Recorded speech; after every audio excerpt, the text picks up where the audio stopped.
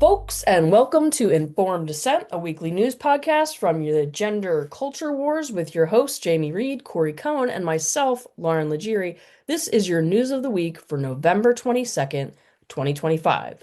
Good morning, friends. Let's get right into the stories that made us sigh, shake our heads, and say, of course that happened. First up, the HHS has dropped the final peer-reviewed report on pediatric gender medicine. And surprise, it didn't magically transform into a different report because activists yelled at it for 6 months. Every key finding stayed exactly the same. Still no strong evidence that puberty blockers or cross-sex hormones help kids, still no proof of suicide prevention, and still serious risks. As we like to say, reality survives peer review. Two additions to the HHS report.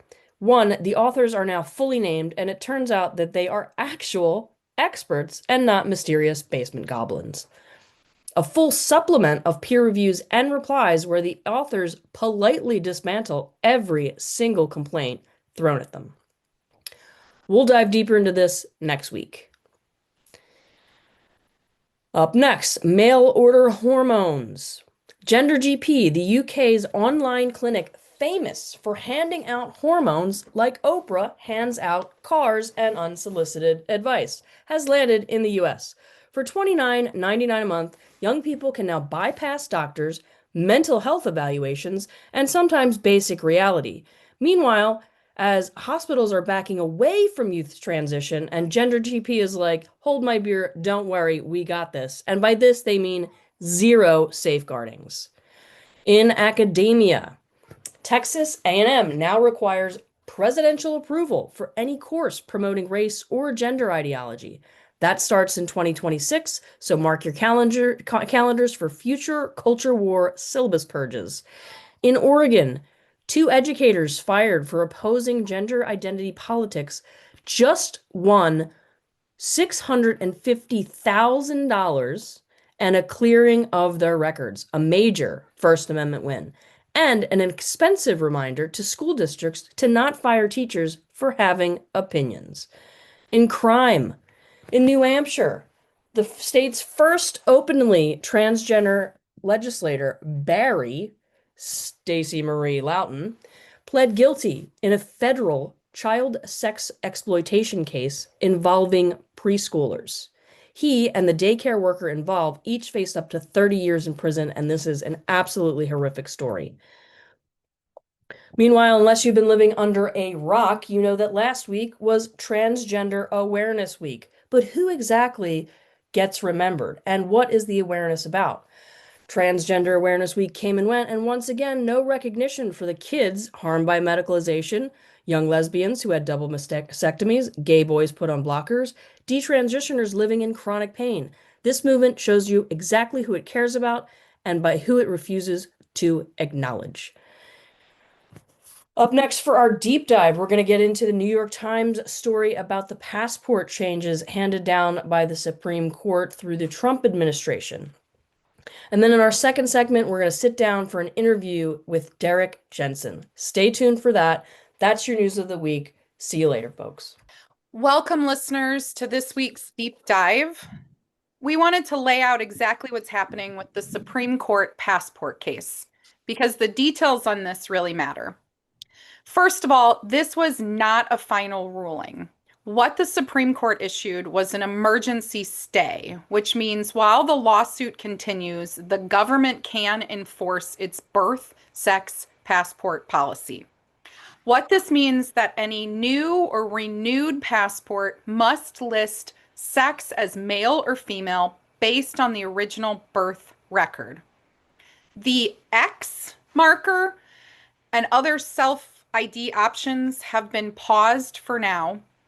Existing X marker passports will remain valid until they expire. The litigation is ongoing. The court has not ruled on the full merits. This is procedural, but it is pretty meaningful. This stay signals that at least 5 of the court justices think that the government has a strong enough argument or that the lower court's injunction was problematic. And the court's language here matters too. They explicitly noted that using sex at birth on passports does not violate equal protection. That gives us a real look at where they might ultimately land. This case feels bigger than passports. It feels like it's beginning to be about whether federal agencies can invent entirely new identity categories like an X without Congress authorizing them. These categories have rippled downstream into schools, clinics, medical files, sports, and more. So even though this wasn't the final word, this marks a major shift. What we're going to discuss today is not only the passport case, but the way that the passport case was covered. The New York Times covered this in multiple articles, but the one that we're going to narrow in on was written by Amy Harmon. It's not only about how they framed the case, but also who wrote the piece, who they quoted in the piece, and one of the things I found really interesting was what the photography communicated. So to start with, I'm going to ask Lauren and Corey some questions and see if we can get this conversation going. Mm. Okay, first of all, this piece was not written by Azine Qureshi. It was written by Amy Harmon. We don't know what's going on behind the scenes, but this is now the second major gender piece that has Amy on it as the byline. Azine appears to have moved over to autism. Any speculation? Is that really a move? Oh, you mean There's a to lot of autism? crossover. Sorry. No, I mean, I think you're right, but is it a little bit safer? Could I contextualize this a little bit? Of course. So, because we are instantly dropping into inside baseball, I love which is, inside baseball. well, look, I'm not part of the left tribe. I don't I don't really give a shit what the New York Times thinks about most of the things that they publish because they have some good reporters, they have some trash reporters, and a lot of the editing is trash. Uh, I don't have to have something in the. It's true. It's true. And I don't have to see. This is what I mean by inside baseball. Is there's a whole thing of the subject matter around the passports and the courts, which is interesting to me. But the New York Times thing is like this is inside baseball. So help us understand why specifically the New York Times coverage matters. Well, I think it's still one of the most major publications in the country. I mean, it still has the gravitas of being the New York Times, and there are plenty of people that are blissfully unaware of especially this topic at all. So I think it still has quite a bit of influence, the New York Times. So I think how they go about reporting on it is going to influence a large section of popular culture. Yeah, which is different from how the Washington Post reports on it nowadays versus in before times, or the Wall Street Journal, which regularly publishes op-eds from people who are close to our orbits, right? Okay. I just, of all of the news sources that Yeah. this liberal news junkie, I mean, I was a complete and total utter news junkie. I would wake up, I would read in bed, in order, the New York Times. Mm. Then I would go to the NPR national website. Yeah. Then I would toggle to my local NPR website. Yeah. Then I would go down to the kitchen and turn on NPR. Wow. Then I would listen to or watch the PBS NewsHour every night while I was making dinner. Yeah. And and then the sprinkles on top would have been Mother Jones, which Oh, Wow. ran a hit piece on Riley Gaines. So, In the tank. right, if you think of I was like, I don't know if I'm representative of the lib middle class, But that was my news consumption. Yeah. And I have reached the point where I cannot stomach NPR anymore. Mm. Um, Well, let's go back to this coverage though, because I think there are a few things that when we were coordinating before this, you thought were interesting, and you mentioned already in the intro. Who was quoted, which includes our dear close friend Brianna Wu, uh, friend of the pod. friend of deep close intimate friend of the pod, Oh, we're and besties. besties, right? Okay, we're all blocked. Can we be honest here? Well, this is called a kayfabe, right? We pretend, and then we pretend we're feuding, and then there's Paisley Kira. Is that how you say her name? Who? Paisley. She's an activist. She's a, I don't know that. professor at Brooklyn College, and Okay. she's a Heritage was named, yeah, and our actual dear friend Karadansky. right. Our close intimate friend. Okay. So why is Brianna Wu chosen as the progressive voice here? Is Brianna Wu the progressive voice here that they can quote? No, this is circus, right? Doesn't the inclusion of Brianna Wu piss off kind of everybody at this point? Yeah, this is just how the circus goes, right? So I should probably take your question more seriously, but this is let's step back for a second here. Okay. Journalists today, and maybe it's always been like this, but especially today, they are elite political actors. They are shapers of narrative. They are balancing their need to generate content with their need to preserve access. Okay.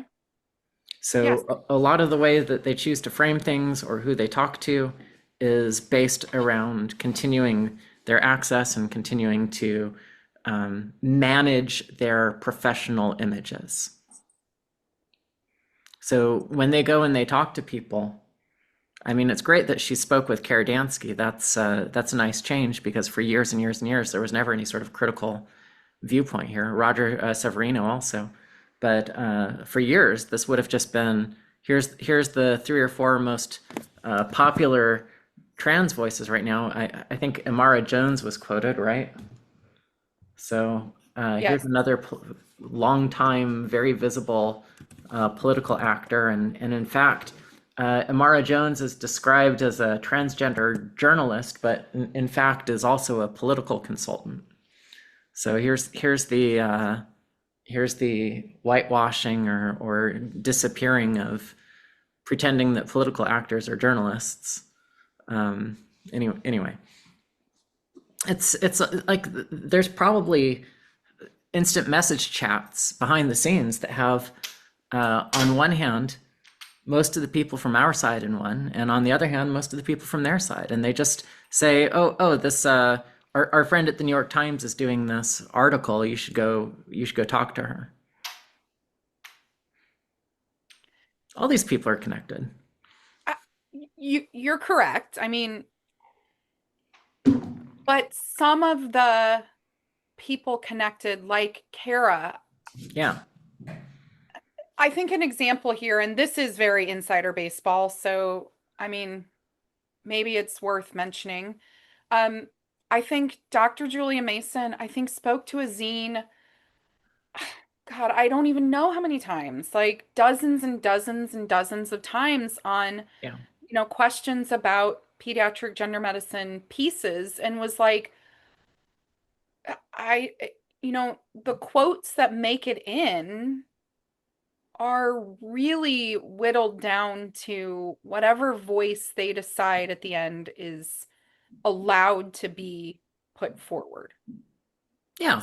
So Kara was allowed to be quoted here. I think that's important. All right. It's important because it signals a shift about the New York Times, not about the broader trans issue, right? I think I think it just signals, I don't know, should I not find that hopeful? I find it I mean, hopeful. you're a liberal. You should find it. You're a liberal who has, as you just stated, a long time admiration for this institution. So you should feel glad the institution, from your standpoint, is not hopeless. But you said NPR is hopeless. So this is fair, but it's really not about passports. It's about the institution of the New York Times. Yeah, I think you could look at it in an optimistic way, but also you could also look at it in a more cynical way, in that we know that people at the New York Times know exactly what's going on, and we're getting glimmers of maybe there's another side, but the truth is they have gone years without reporting on this in any substantive way. So this could just be them um, dipping their toe in enough to just enough to say we're covering both sides. When I think it's pretty clear that there's still an ideological bent in what they're putting out, and possibly in the newsroom itself, with people being with all of this stuff being filtered to be um, palatable to a certain group of people with a certain ideological viewpoint. Yeah. So I think you could, so perhaps it's something to be optimistic about. Perhaps it's you could be cynical about it. Um, I'm pretty cynical that we're at the point where we're having to talk about the validity of these institutions anymore, where we're having to even talk about, is the New York Times going to finally show both sides of the argument in the full light of day? I mean, it's pretty disheartening to me that like an institution the size and with the gravitas that the New York Times is, we've spent years trying to get just these little glimmers. We've spent years, like Kara has spent years campaigning about this stuff, and they finally give her a couple lines in one story. Um, I don't know whether I'm still optimistic about whether you can trust everything that the New York Times says. I mean, clearly you can't. I've read articles of theirs, and you're just like, this is completely inaccurate. So I don't know. You could look at it either way, I guess. Um, I think it's just a microcosm of like the bigger problem here is institutions having been captured, and institutions that were supposed to be rigorously examining truth and science are now in the back hallways of the institution saying, well, is it acceptable for us to say this? Like, how do we say this in a way that's not gonna like anger certain people in this certain demographic? I mean, it's overall kind of disappointing, I think. But I was happy to see Kara quoted. But it doesn't change the fact that like there's still a huge problem in their reporting. There's a huge blind spot. What do you think about the ruling itself? Do you have any thoughts about the actual court ruling and this change to what is on passports? Or It's a little confusing about the court's argument that there's foreign diplomatic considerations in that the administration is entitled to be concerned, like the foreign policy angle on this, right? So why is the court deferring to the administration on the basis of that? It doesn't make a lot of sense to me. can I ask a personal question, Corey? Yeah. Do you have a passport? Yeah, of course I do. What markers on your passport? Well, I put it in my name. Oh, Oh, that's up on the screen. That's why it's there. What marker? What does it say? Some people are just listening. It's Corey Cohn F. Yeah. It's my gender identity is fucktard. Will you, God, the thing What? that sometimes I can't believe you say. What? Is That's what it the F is for. is it still an F on your passport? Yeah, nobody snuck in my house and changed it. When does your passport expire? Do you know? I don't remember. I think I've got another 4 or 5 years on it. Okay, so then can I ask the both of you another personal question? Sure. Um, when you travel in airports and go through security and you have like Lauren, your identification, Corey, your identification, have you had any real world situations that have been challenging or Not with my passport. I mean, I've definitely had people take a double take. But because they see Lauren and they're looking at me and it doesn't automatically click all the time. And then I this is just anecdotal. I don't know if it actually is a problem, but I almost always have to get patted down when I go through airport security. Yep. And it's always in my chest or crotch region. Like I don't know if they're looking for something they think should be there or if they're seeing something that they think should be. I don't know what it is, but I always get patted down when I go through those, the things where you have to put your hand up and put your feet on the yellow markers. Almost always get um, patted down. And then I would say in airport bathrooms is depending on where I'm at, I've noticed there's a lot more of people like scrutinizing me. Yeah. Like I've had more problems in public restrooms in the last 5 to 10 years than I ever did before. Yeah, that's about the same for me. I get way more scrutiny than I used to. Yeah. do you get patted down often, Corey? Less the last year or so, but for during from 2020 to 2024, I don't know why. Um, I I was getting patted down regularly, including people touching me in places that are extremely private. Do you think it's from the same kind of reason Lauren said? That Well, I have a hypothesis. what's that? My hypothesis is that under the Biden administration, the TSA implemented much more trans-friendly procedures, and I'm sure in the deep, dark databases that the TSA has, that my trans medical history is in there somehow, and that when I go through the scanner, I think they're looking for something that's that 78% of trans women have that I don't, and I think that their systems are flagging me on that basis. That's my hypothesis. Corey, next week, could you maybe give your cats a tambourine and a banjo? Give them a sedative. Yeah, I mean, I can go Did you off. give them maracas? There's something shaking in the background. I'm Yeah, like, that's what they have as a maraca. They have a little kitty maraca. The problem is people would like to see the cats, but now this week, instead of attacking you, they're just over there. It just creates a distraction. Okay, so like I want to be like serious for a minute. A lot of the pushback on this passport, the white one froze. Like, what are you looking at us for? Pushback here is that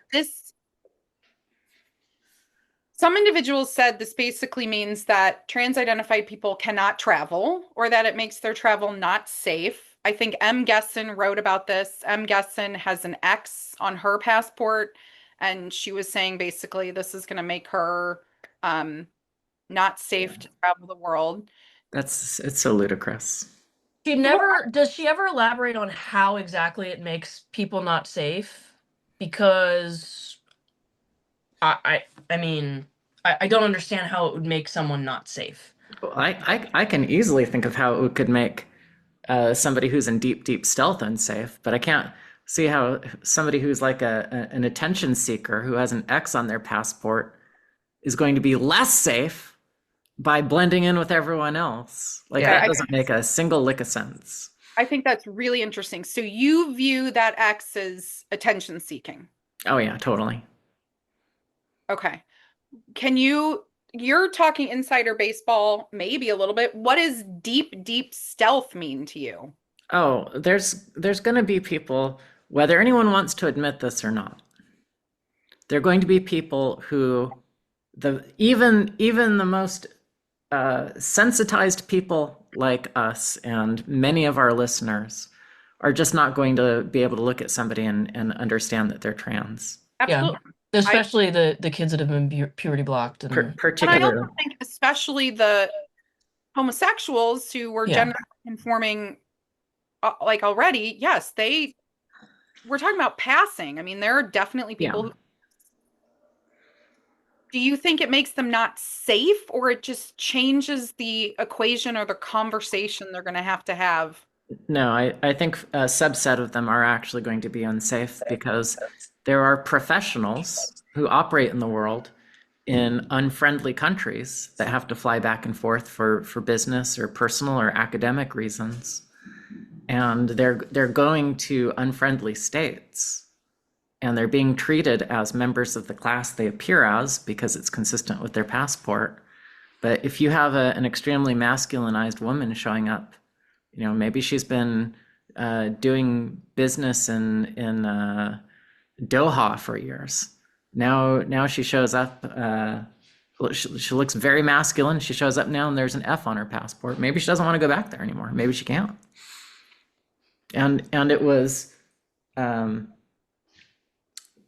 the deal, the promise, the guarantee. So every time the government creates rules, it's creating a promise that those rules are stable. We can call that rule of law.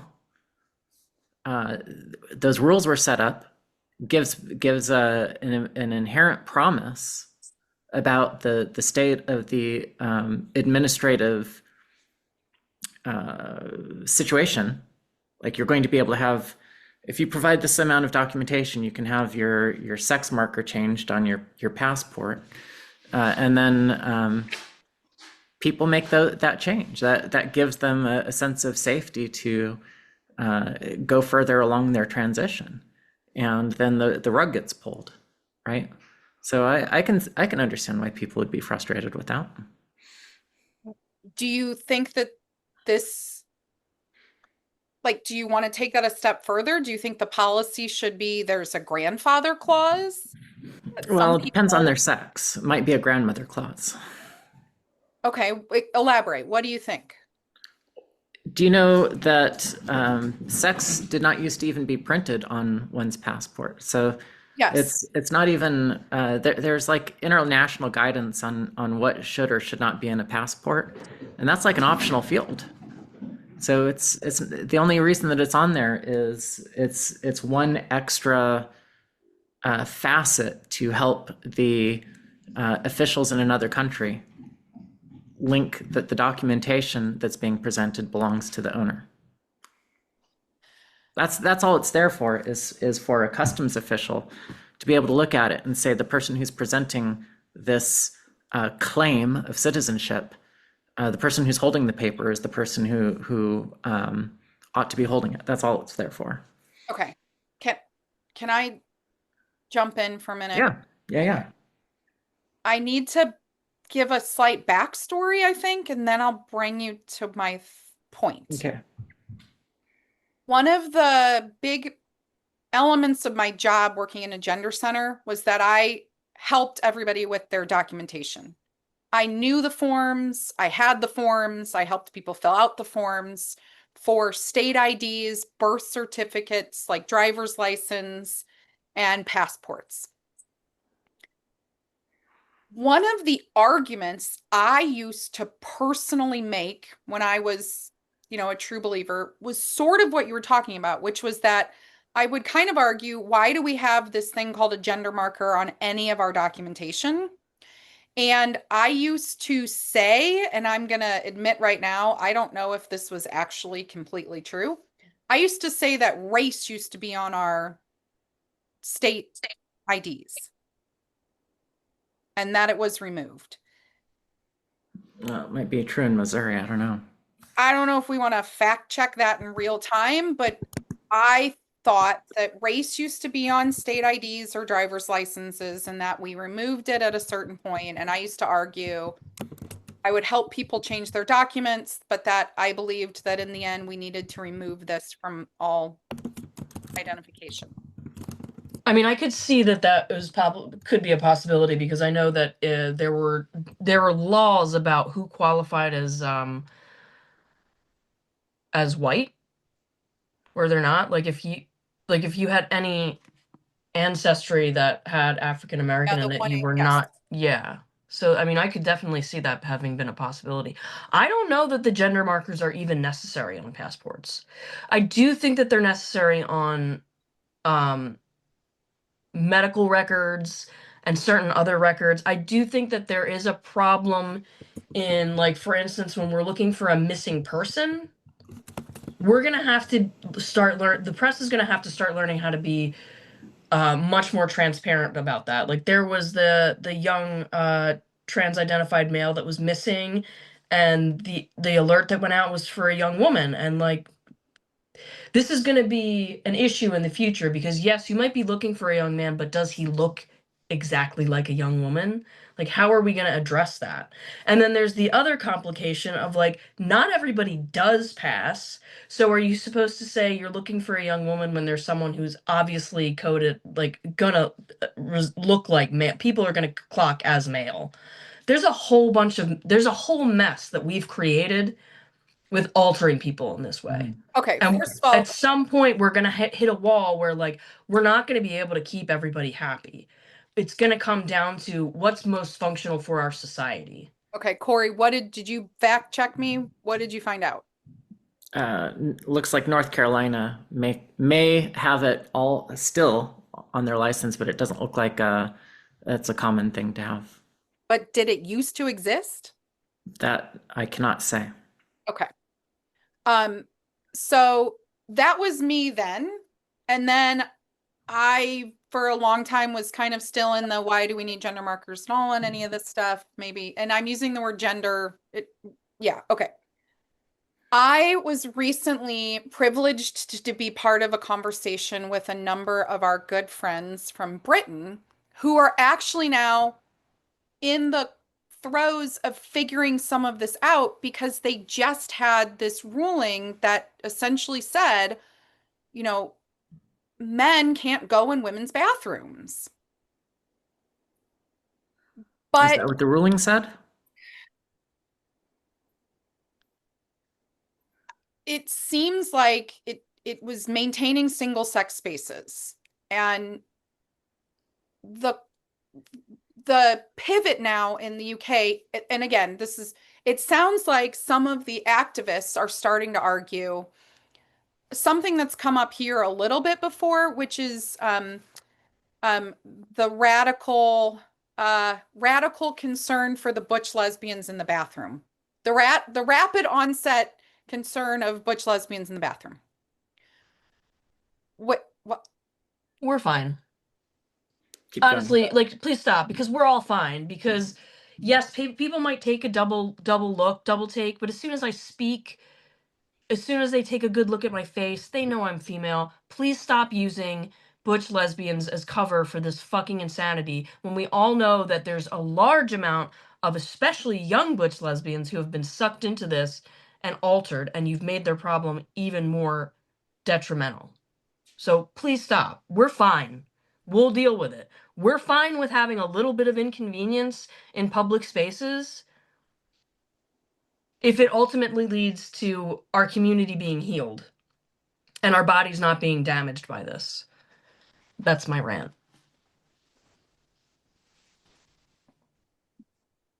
Do you okay, one of the ways I dropped in the conversation with our friends in Britain was saying if we have policies that suddenly say that single-sex spaces are the law and that in bathrooms, only biological men should go in the men's bathroom and only biological women should go in the women's bathroom, I suddenly do see a benefit to having correct sex markers on our state identification.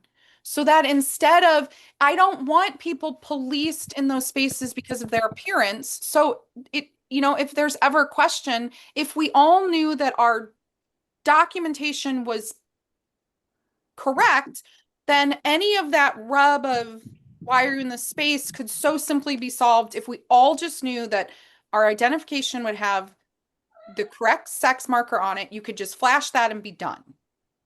Flash it to whom? Well, in Britain, they're actually talking about that directly right now. Flash it to the shop owners. Are the shop owners supposed to start becoming the enforcers? Like, we used to have a society where people just knew you just followed the. It was a social contract. That social contract has been completely obliterated, and we've caused exponential complications around it now. So it's no longer going to be able to be a social contract. It's going to have to be an actual law. So what does that law look like then? The law looks like biological men are the only ones in men's bathrooms and biological women are the only ones in women's bathrooms. And if so, how does it get enforced? Right. I don't think that someone who is extremely passable. We have to be realistic. We really have to be realistic. How are you going to call the people that are passable? How are you going to call them out? Unless this is the thing, unless there was some kind of infraction where, like, we're mostly talking about women's spaces. Unless there was some kind of infraction where a woman was harmed by a man in that situation, like, we're not going to know. We're just not going to know when someone who is completely passable as a woman or completely passable as a man enters a single-sex space. We're not going to know.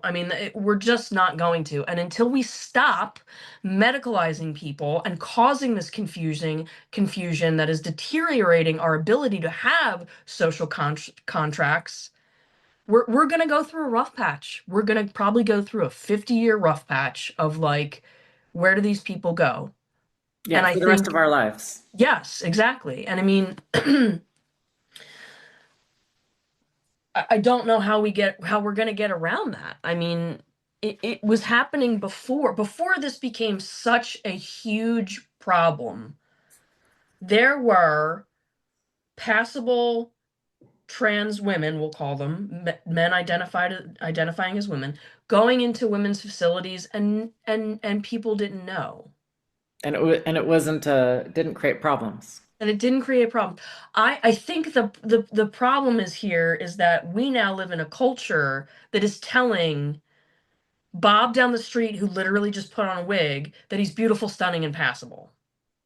Like, these are people that are mentally unstable. Like, if Bob looks in the mirror and doesn't realize no one on this fucking earth actually believes you look like a woman, Bob is mentally unstable. So when Bob goes into the women's restroom, we should kick him out. Well, let's But what if his driver's license says F on it? You're still going to have this window of time. So what was this thing that happened last week? There's a woman or the week before last, she was at a gym, and there was a obviously not even medicalized man that was using the women's facility, right? Now, that wasn't the bathroom, that was a locker room where there's a much higher expectation of privacy than in a public restroom. And looking back, surely there have been some problems in bathrooms, but all of these highly visible types of examples are locker rooms or changing rooms. And that seems like it's a different problem than the airport restroom that was brought up earlier. Yeah, I would argue it's a much more vulnerable space if you're getting completely naked, showering, getting changed. Yeah. But still, I mean, there's still problems in bathrooms, especially if you're the only woman in there and some man comes in. I mean, it's terrifying. Um, I just think we do have to look at this realistically, right? I mean, I know I've heard from detransitioned um young lesbians, like I think Kira Bell talks about this. She said honestly she uses the men's restroom because she scares women. I mean, she was medicalized as a child. She still fully passes as male. She knows she is female, Have you but met she's her? causing more problems going into the women's facilities because she's not going to ever pass as female. And what is Have she you met supposed to her? explain herself? I have not Corey, met are her. you going to No. say that she passes as female? She looks like a woman to me. Okay, I have not met her. okay, but I actually I think we should just, you mentioned it earlier. I think it's worth reiterating. There is a difference when you are this deep in this as we are. I know there's a difference between uh how we clock people and how the general public clocks people. That's right. Yeah. Which is why I've had more problems going into the bathroom. Because People aren't looking, right, they're, right, yes, like right. The we're general looking public, much more carefully than the general public. The general public sees public my is not hoodie looking and my at short hair. shoe size or the No. finger width or like the things that we see now. Like, and the part of the problem is I can't unsee it now. Yeah. Like, once you are this deep in, like Corey, once you're this deep in, like I just see you as male. Mm. And then you and I can go sit in a restaurant and you'll be ma'amed. And I just am like, I'm in my mind, I'm looking at this Dressed like, dressed what? in completely I'm not wearing flowers and ruffles and No, I pink. know. And No, I'm I'm just just like, I'm like looking around like, what are people seeing that I'm that's right. not seeing? It's in the eyes of the beholder. There's no That's the objective problem. scale for Exactly. passing. I mean, when I get misgender, and I hate that fucking term now, but when people sir me, especially in front of my mom or my sister, they're like, "What? What?" My mom always, it's always so embarrassing because she'll be like, "But she's so beautiful," and she'll start touching my face, and I'm like, "Thank you, mom. I thank you." But because she can't, like, my mom cannot conceive of how anyone would ever, even in my baseball cap and my hoodie and my work clothes, she will never understand how anyone thinks for a second that I'm a dude. I mean, but I agree with her. But again, I mean, I am very pretty, but I You just are. don't think that that's the general public does. And one of the things that's tough about this, um, is that part of the general public is that I do think there's this element of, for some women, of like they feel deceived. And that is an element of, I don't feel safe anymore because I Mhm. feel like you tried to deceive me. Mhm. That adds that layer. But Yeah, there's a fairly well liked and prominent woman who rejects the term gender critical, and she's in the UK, and I think that's all the information I'll give. And her name's not J.K. Rowling, um, who has attacked me multiple times yes, over and over. Yeah. because, in her opinion, it ought to be illegal for me to present myself in such a way that I can be mistaken as a woman. And maybe a better way of saying that is she thinks it should be illegal that I present myself in any way that she Mhm. mistakes me for a woman. I, I, That she mistakes me for a woman. okay, I mean, I'm really just spitballing here because I still think that if we have this 50 years to go, I think we have to have some openness to legal grandfather clausing or recognition. Yeah, and going back to our friend Brianna Wu for a minute, Testes.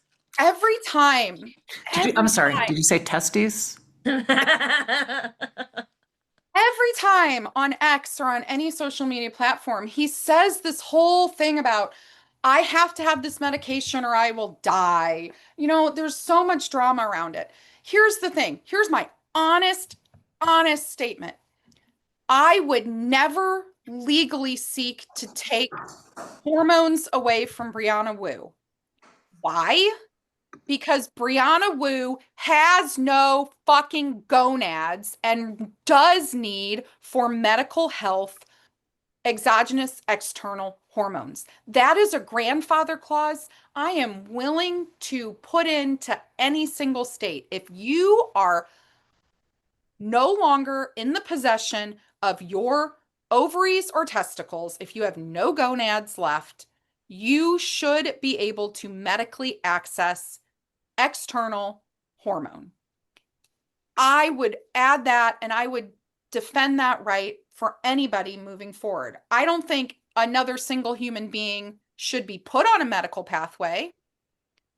But if that's the position you're in for the next 25 years, I would happily grandfather in anyone in that scenario. I don't want their quality of life or health to deteriorate because they were lied to and had their gonads cut off. Yeah. Okay. But I also don't want Go ahead. Mr. Wu in my bathroom.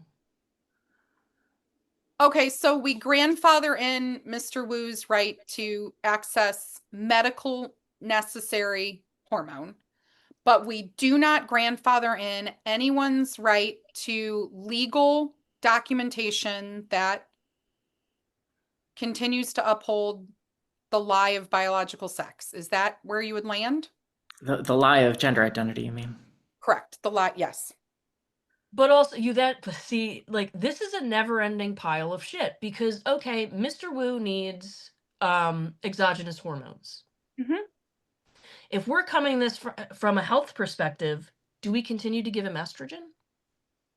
Yes, Why? because from some of the, at least, testimony of those who have detransitioned on their own accord, I do believe that there are negative medical outcomes for castrated men to be put on only testosterone or oh, I'm a compassionate human being. I do not want to cause someone additional pain or suffering. And I know that there have been castrated young men who have said, when I am removed completely off of feminizing hormones and put completely on testosterone, it is uncomfortable. It is painful. It causes arousal in tissues that have been moved around in my body and put in different places. And I don't want anyone else to be put through additional pain. But again, that's this limited window of time. I want it to say for the next 25 years, whatever, 75, whatever, that's. Meanwhile, we are still doing this to I people. know. We are still doing this to children. I mean, we just keep pushing this down the line. Yeah. And I do many think fewer that this, children. yeah, I mean, and unfortunately, I feel like the more of this that gets exposed and the more of the social contract that so many people still believe exist, once they realize that's been completely shattered, I don't know that everyone is going to have your level of compassion, which It's is really medical. frightening. It's It medical. frightens me. I mean, I care It's about very these. frightening. I still care about the vast majority of these men and women who were put on these medical pathways. We're gay and lesbian, yeah. Yes. Yeah. And also, a lot of people are severely mentally ill. So what do we, you know what I mean? Like we're trying to, I don't know. I don't know what the answer is anymore. But I do think that our documents need to reflect our sex in especially medical situations. Like we're gonna have to really weigh the pros and cons. The passport, personally, I don't know that it's even necessary to have a gender marker on the passport. The reason, but okay, this is why they went that route though. There's no federal oversight of state IDs. There's no way this administration could have reached into the state level identification process. The states make those rules on their own.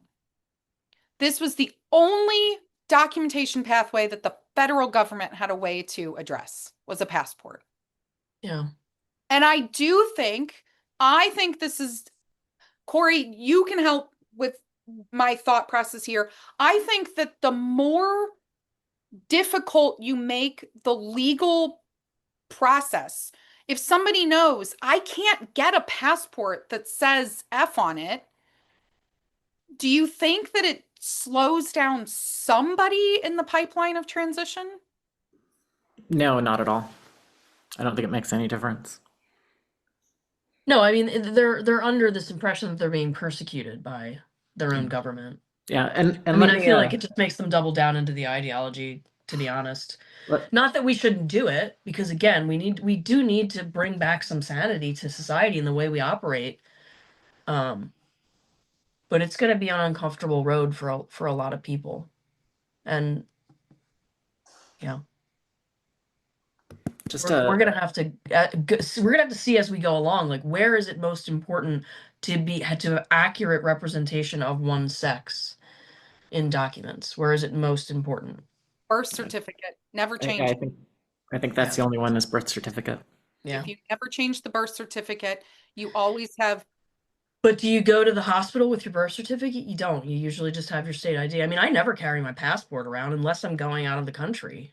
Yeah, but if you're virtually any situation where you're being wheeled into an ER and you're not able to explain what your sex is, uh, I assume most medical professionals don't have to go into your wallet to figure out if you're a man or a woman.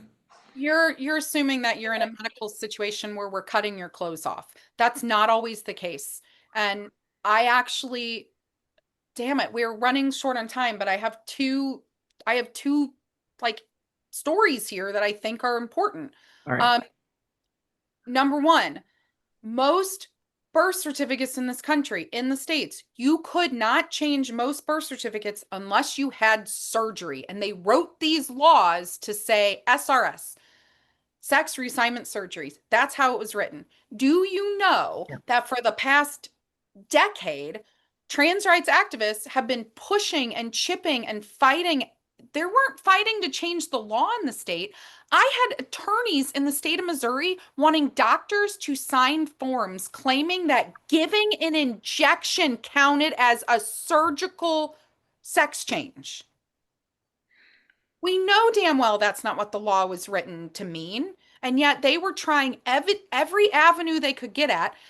And again, I say I was trying this too. We tried to get birth certificates changed saying, well, somebody had top surgery, so that counts as the surgery. We know those laws were made that you were only supposed to change your birth certificate if you had SRS. That's one. Bottom surgery. Bottom surgery. The other thing about the hospitals, though, I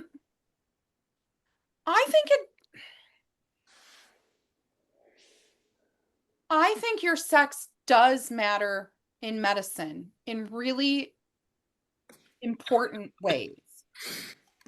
The diagnostic differential is different if I know your sex or not. If I have a male coming in, they could be picked up in an ambulance in severe abdominal pain. They're in pain. And when let me take a step back. If I pick up somebody in an ambulance and I believe that they are male and they're bent over in severe abdominal pain and they're like, and I'm to the point where I'm giving you like morphine IV. I'm not cutting your clothes off. You weren't just in a car accident. Your bones aren't sticking out. I'm going to miss in that differential that you might be in the middle of a miscarriage. I Right, might but miss in that differential that your ovary might have just exploded from a cyst. but also you're not going to doubt the evidence of your eyes. If you see somebody who has a beard and has been virilized, you're not going to say, well, I need to, before we make any medical decisions, let me see this person's driver's license. Yeah. But that's the minute, if you are not in absolute critical, the very first thing that they do is check who you are. They will ask who you are and they will pull up your electronic medical record. That Right. electronic medical record should never have the sex changed. Right. But that's not an ID, is it? You're okay, but then you're going to go back to this situation. We're going to have so many people who are holding one thing that says one thing, and then all of these other documents don't.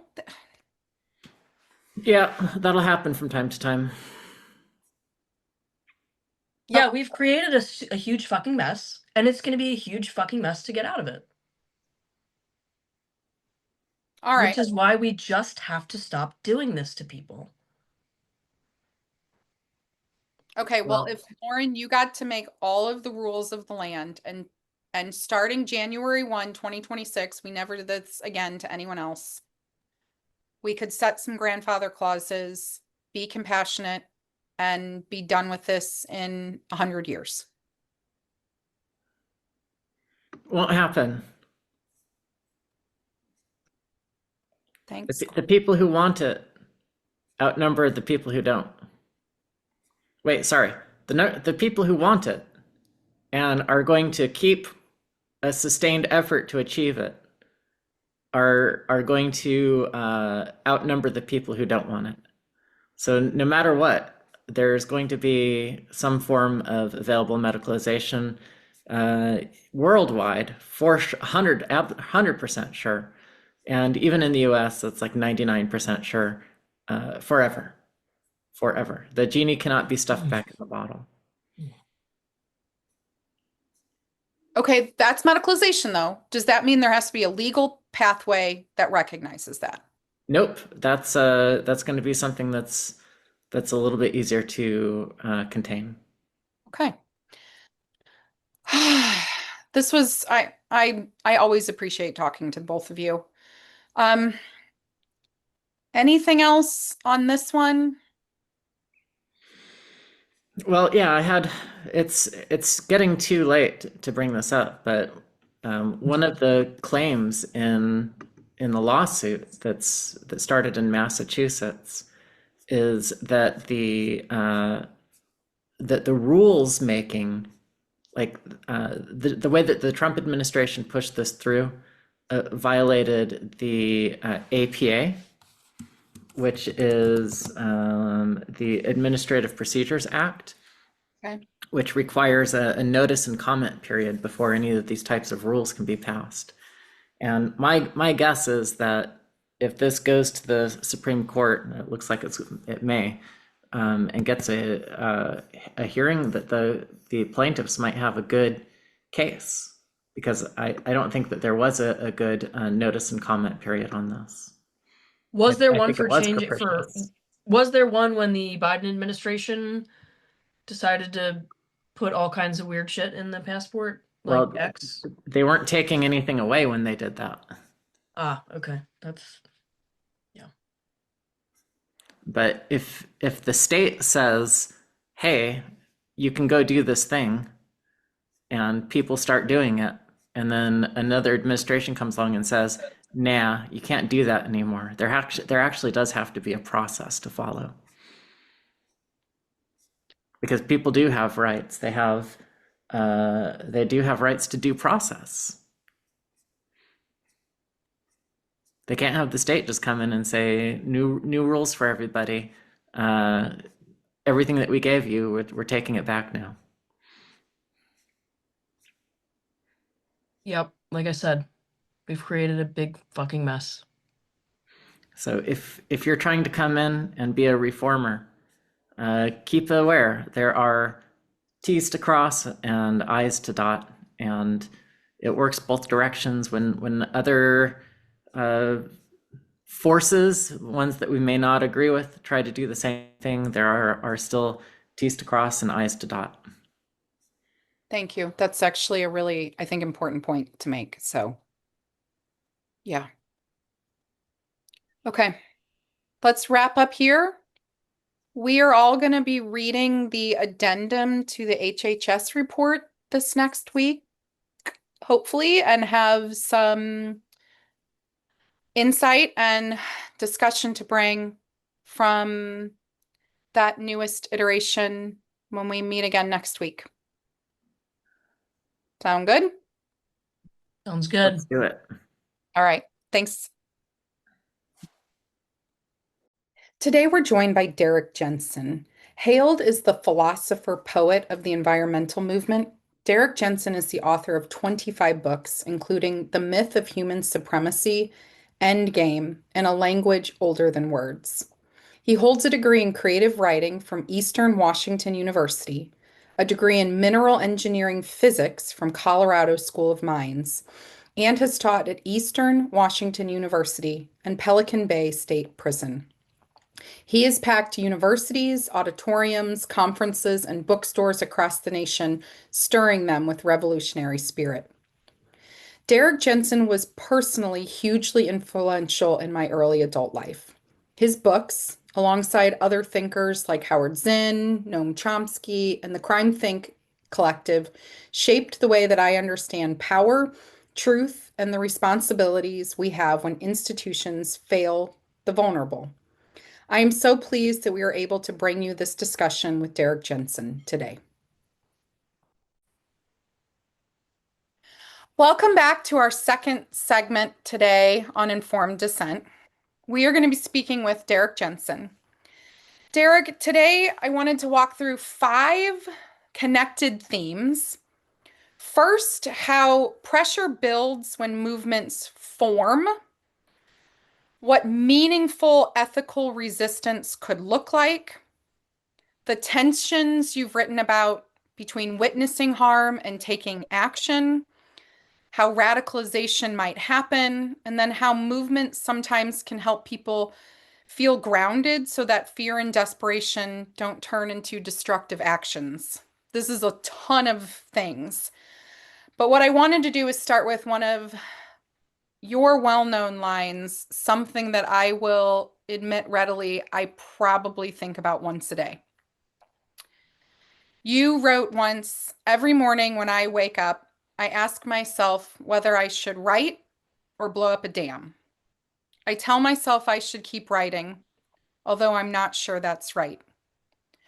I'm not quoting this because I am interested in violence. I'm not. But I quote this and I think about it every day because I think it captures the psychological pressure people feel when the people in power refuse to protect the vulnerable. So, with that kind of as our opening frame, I'm interested to know where you feel like we overlap as the movement that the 3 of us are in and the movement that you might have spent basically the bulk of your life in. Well, those are great. All 5 of your topics are great, and that's a really good question. And what I was trying to get at with that line is that is the relationship between discourse and action, and how we can write wonderful impassioned defenses of salmon, and there have been people who have done exactly that. And by themselves, these wonderful, impassioned, written defenses of salmon don't actually save any salmon. That there is, it's important. Discourse can help bring about some sort of action, but discourse by itself doesn't change, doesn't affect physical reality. I mean, So what salmon need is not someone to make another impassioned defense of salmon, but what salmon need is for dams to be removed. And so that's partly what I'm getting at with that. And then, um, can you ask your question again? The actual question without the quote? Yes. Where do you see, or do you see any sort of overlap between that movement and I think I want to use the word movement that the three of us are in, which is not well defined yet. Even the Well, name that of it. it's a great question, and you've really gotten to the heart of everything with that quote, because how did an environmentalist end up talking about gender? And part of it has to do with I've also talked about the abuse of children, I've talked about the abuse of women, and another part of it is I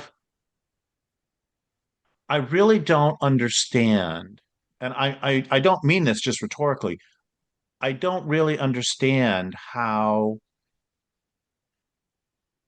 the gender ideology movement, the pro-gender, how it has so completely taken over the environmental movement, because the environmental movement was always, I mean, it was called Earth First. It's about reality first. And all of my work forever has been about taking physical reality first. And what is most important is reality, and what is not so important is our rhetoric around reality. And we have to start with physical reality and build up from there. And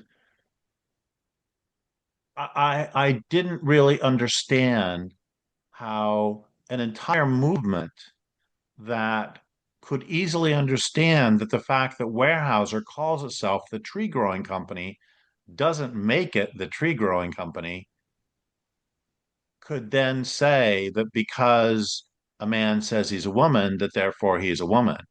Oh, and one more thing about this is that it's so funny. When I wrote The Culture of Make Believe, when I did talks about the book The Culture of Make Believe, I would open with how the book was supposed to be a 5-page introduction to an encyclopedia of hate groups. And the first thing I did was I went to a KKK website. And the KKK website said, we're not a hate group. We're a love group because we love whites. So then I would say, I immediately had a choice. Either A, the KKK is not a hate group, or B, you can't trust rhetoric. And everybody in the audience would laugh. They would all get it. Those same people today would threaten to kill me for saying that either A, men who identify as women actually are women, or B, you can't trust rhetoric. And I could actually, I've never done this, but I could actually put those two. I could do the KKK joke first, and then I could do the second joke, and the same audience would laugh at the first joke, and then they would start screaming at me for the second one. It's just the whole thing is very. So that's for me. I want to say one more thing, which is that the one of the things that ties all these together is one of the most destructive notions that we have, which is very, I'm going to use jargon here, a very, very patriarchal notion, is the great chain of being, where at the top you had God, which is mindless, I'm sorry, which is pure mind, no body. That's perfection. And then you have angels, and then you have men, and then you have women, and then you have non-human animals, then you have plants, then you have blah blah blah all the way down to dirt. And that's at the bottom, pure body, no mind. And it's a scale of perfection. And yeah, that's all crazy and Christian and everything.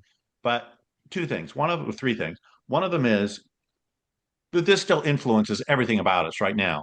Like if I say what are the greatest inventions of all time, you're probably going to think the lever, the screw, the pump, gunpowder, you know, the internal combustion engine, whatever.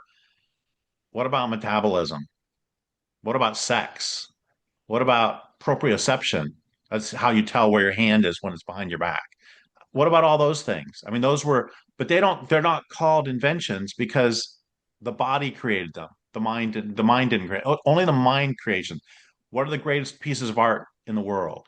Oh, it's going to be the Sistine Chapel, Mona Lisa, Beethoven's Ninth.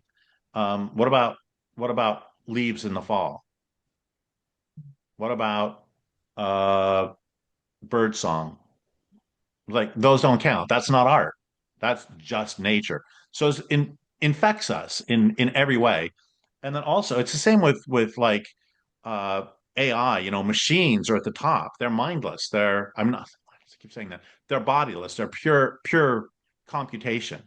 And then the same thing has to do with this whole ideology that what is important is not our bodies. We are not our bodies. We're a mind, disembodied mind that has been dropped into this vessel. And what is most important is not what the body says. What is most important is what the mind says. And so this all and it's the same. What do we value in the world? Trees aren't really worth anything until they're turned into two by fours. We value what we create. We don't value, and if you want later on, we can get into the relationship between this and uh, patriarchy and the male violation imperative and patriarchy, etc. Anyway, so that's where for me all these things is that clear at all on how these Yeah. things Yeah. come together for me? Yeah. It's all I about reality. Let's start with actually reality and build up from there. I actually think Lauren has been explaining many of those principles to me probably over the past year, especially around the body and embodiment. Yeah. And then you have, well, I mean, what we're in this, post-structuralist hellscape that we're in now, where it says, words create reality, which is the complete inverse of what you're talking about. Yeah, and thank you for putting the words post-structuralist and hellscape together. It is. So I'm going to read one other quote of yours. But before I do, I want to frame it up and I want to tell you a little bit about the people that we work with every day. So every day we work with parents who are watching their children essentially get marched to or taken to or moved through these irreversible medical, and I use medical in quotes. Often we see it as violence onto their bodies, things that as parents they cannot change, they cannot fight. We work with individuals who, for the most part, we use the word detransitioners, so individuals who have lifelong consequences, who had been hurt by these processes, and then the gays and lesbians who have seen boundaries, language, ideas basically erasing our existence. So the quote, and you've already kind of talked about it a little bit, is, and we're back to the salmon, we're back to dams. When dams were erected on the Columbia, salmon battered themselves against the concrete, trying to return home. I expect no less from us. We must hurl ourselves against and through the literal and metaphorical concrete that contains and constrains us, that keeps us from talking about what is most important to us, that keeps us from living the way our bones know we can, that bars us from our home. It only takes one person to bring down a dam. What's striking to me about this when I think about this is that what do we do as I don't know if we're the salmon or if we're the person on the outside. But I see what feels like to these parents that they're hurling their body up against this institutionalized structure and feel so powerless. Um, how do we coalesce? Like Earth First had this long history to grow into this movement, and we're really kind of in infancy in some ways. How do you, or how did you see the movement of that take that pain? Because so much of that is throwing oneself against is really a representation of this pain. So how do we help lead the parents or the individuals harmed or the other gays and lesbians to utilize that pain or that feeling in ways? Like, do you have any insight into your history with Earth First? Well, I see two stages that with environmentalism at least, that might be relevant. One of them is that so just last week I was at a local environmental meeting about protecting a creek that is just right over here. And one of the questions we broke out to different tables and uh, then had discussions in our at our tables. And one of the questions was, how important is public access to this creek? How important is that to you in here? And everybody's talking about, yeah, it's really important. And then they came to me, and I just, I couldn't help it. I said, well, I think public access is fine, but what's really important to me is the coho habitat and the Pacific lamprey habitat. And I honestly don't care if humans have access to it or not. It doesn't matter to me. And the point is that as soon as I said that, like four other people at the table said it.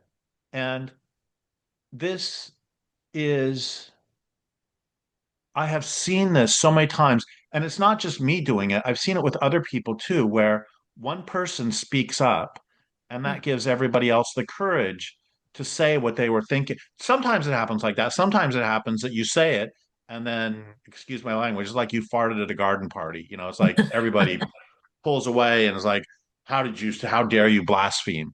So that happens sometimes too. But there are other times when you say something and everybody's like, oh, thank God somebody said it. We can do it too. And again, like I still remember when Neil Everden's book, The Natural Alien, jumped off the bookshelf of me in a library, and I read it, and it was the first book that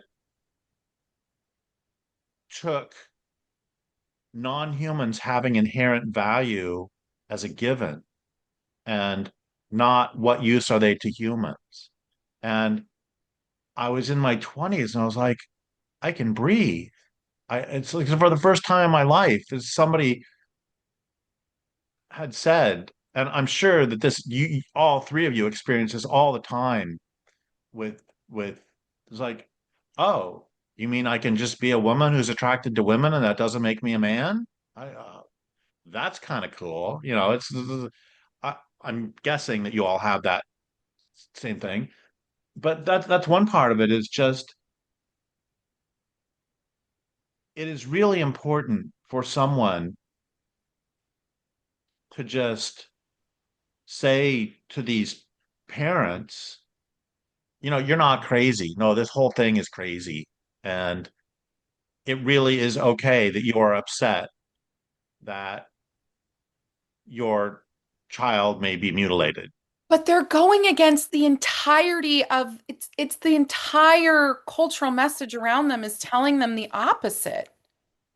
Oh, I don't disagree. And it's the same with environmental stuff. This is something that's made me angry for decades now, is every time a mainstream journalist writes about some creature becoming endangered, they have to talk about how that's going to affect the economy. And like, I don't actually care. In fact, it's the economy that's killing them. I mean, everything tells us that humans, I have to fight so hard with every one of my books. I have to fight so hard to say the tree who, as opposed to the tree that. even after more than 25 books, I still have to fight for that. And so, yes, I understand going against an entire culture that doesn't believe that a tree is a who. And um and That somebody has has to, I'm sorry, go ahead. no idea that you were having that language Oh, battle. I have to fight every editor and every copy editor and every publisher. So the point is that I um certain narratives can be taken up. And this gets to a big problem with the left these days is that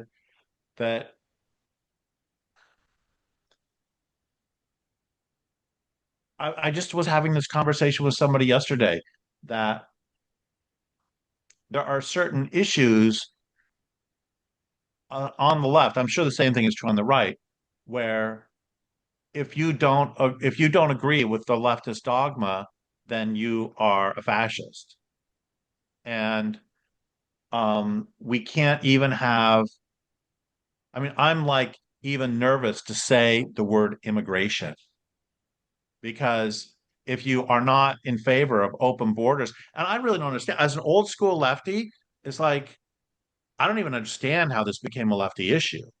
That it's just it's, and I'm not I'm now I have to backpedal and say, oh my God, I'm not trying to derail the conversation. But it's like there are so many issues that if you, it's like the phrase that people talk about Trump derangement syndrome or Biden derangement syndrome or rolling derangement syndrome. If there's certain things that if you, it's like Israel um, derangement syndrome. You say any word that has I and S in it, and then people start screaming at you. I mean, it doesn't. There are certain things you just can't. And this, I don't even understand how the whole gender issue became that way. I mean, it's so interesting to watch the rhetoric of no debate, and like I wish I would have figured out that trick when I was like 7, and Yeah. then No debate. yeah, uh, Derrick, it's time to go to bed. I was like, no, no debate. And somehow that's become a, I can't say that that's become a Trump now because that immediately goes to Trump drain. It's like, anyway, that becomes a T word that trumps everything. And anyway, so one thing is that, but when we're talking about Earth First too, I want to say another thing that that I don't think you have to worry about yet, but happens in environmental groups all the time. That Earth First was really only Earth First for about 10 years or 15 years. And it started to go to pieces around 1990 uh, when it started to become no longer biocentric. And this is another piece of blasphemy you can't really say out loud, but I'm going to say. But I mean, I fully recognize that the misogyny that was inherent in a lot of the early Earth First, but Judy Berry did not do Earth First any favors because she was a labor organizer and she brought in labor and women's issues, which are both important issues to talk about. But it no longer became Earth First until by the end of Dave Foreman's life, he had a folder for various Earth First materials, modern Earth First materials. They no longer called it EF exclamation point. It was EF question mark. And these So days, it's I could like 20 it's years like I've called it first. early intersectionalism just destroying a cause because you can't be for one cause but also every other cause. Yep. Yep. Yeah. Completely Yeah. agree. And so long term, that is something that so many environmental organizations lose their biocentrism. And I don't know enough about social justice movements to know if they also go through that blunting.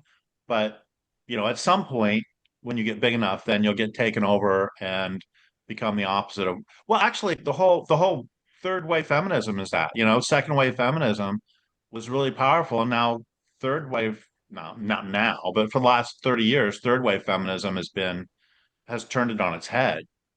Um, and we can say the same thing. I'm only going to say this. You can speak to this much better than I could. The whole LGB thing has become It's it's trans. complete. It's so funny that the Yeah. forefront of homophobia is the whole like pride movement. It's that is the same thing happens with environmentalism. Environmentalism been completely destroyed. Climate change, the climate change movement has completely destroyed environmentalism. Um, I mean, this There, happens. You see this. Sorry, I'm getting way off track as I always do, but short term, back to the point. I think it's so important to say to those parents, uh, you're not alone and you're not crazy. And no, we think it's a terrible idea to uh, interfere with a child's physical and sexual development, physical slash sexual development, however, whatever relationship we want to put between those, mental development. Uh, we think this is all a terrible idea. And um, anyway, I don't know where you want to take any of that. Like Corey, you're ready to jump in with something? well, something that you said, just I recognize it a bit in the context that I'm in, and I want to test it and see if it's recognizable to you.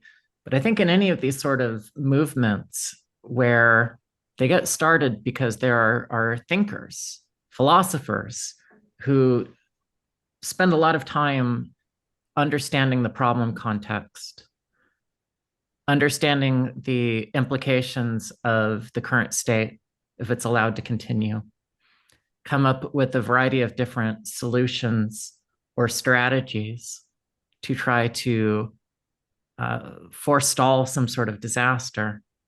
And like these are the hearts of any of these types of movements, whether it's uh, trying to stop environmental disasters or trying to stop personal disasters with gender affirming care. But once you have this solid group of people who can think about these problems, they can't do it on their own, and so you have to get a group of people on board with you. And it seems like it doesn't take very long for the people who've been onboarded to recognize that these movements are vehicles for their own agendas, to get into positions where they have influence and control, to marginalize the original thinkers, problem definers, and then to strip the entire soul out of the movement because the purpose of the movement is no longer in alignment with the leadership of the movement. Um, the reason I'm sort of smiling here is that Paul from the New Testament says hello.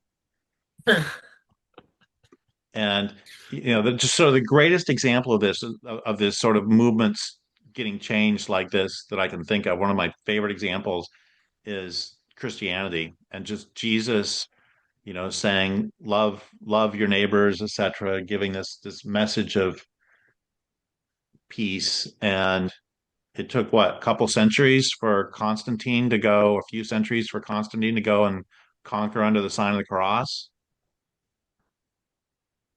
Yep.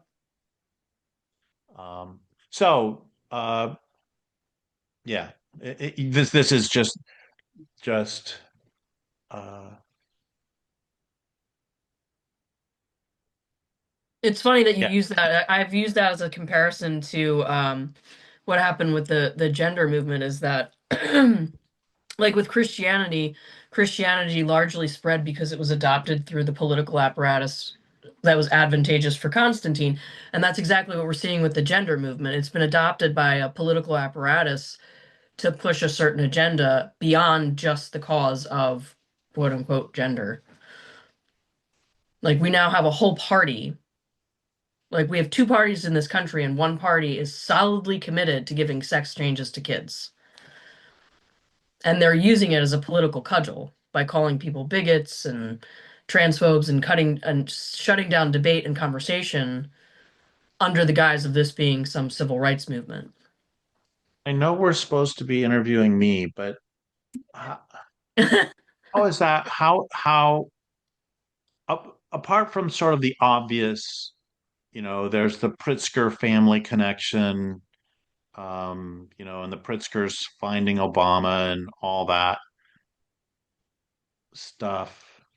And then in addition, there is backlash against women's rights, backlash against gay rights. Apart from those, how did this become such a flashpoint? I mean, I was thinking about this before the interview today. It's like this is don't take this the wrong way, but this is such a stupid issue. I Oh, know. Oh, it's we at know, once we know. existential and ridiculous at the same time. Like this is an existential problem that we're now wrestling with, but it's also completely fucking ridiculous and full of clowns. Like I get it. Yeah. I think a lot of it has to do with the power of the NGOs in this country and how they kind of finance and they move along political actors too. Like the HRC gives rankings to hospitals about how, friendly they are to LGBTQ. So once the gay rights organizations were hijacked and the Democratic Party kind of saw itself as the party for the gays, and they don't really know what's happening. They don't understand the inherent homophobia in the trans movement. And they're now dealing with these NGOs that once we got marriage, there was still millions and millions of dollars being filtered into these gay rights organizations that didn't need it anymore. Like what were they gonna we got the right to marry, right? So trans was the next shiny object. It's a lot of it is about just power and money. Uh, Thank you for that. And the thing that cracks me up about all this is that I've written more than 25 books about how crazy this culture is. And then when it acts crazy, I somehow get surprised again. It's so, I mean, it's kind of because we can make the same argument. It is, um, I mean, it's crazy to think that you can put in a dam that stops water flow and not kill an anadromous fish. Like in the 15th century, excuse me, there were laws in England against putting in obstructions that would bar fish passage. The science is not particularly complex on this, Correct, but Yeah. because we they understood that that is part of how the natural world has to move. Like they understood that. there's this line from I don't know, I think it's Lao Tzu or something. Oh, I don't know who. This is some ancient Chinese guy said this. Um, that the more talking and thinking, the farther from the truth. And for me, that really describes postmodernism and post-structuralism in a nutshell. Or there's another line by R.D. Laing, who I just have to say, he was completely brilliant and probably one of the best people ever at describing abusive dynamics. And he himself was a batterer. Um, I always need to put that caveat on there. Anyway, it has this great line about um, children, something to the effect of children are not yet fools, but we shall turn them into imbeciles like ourselves with high IQs if possible. And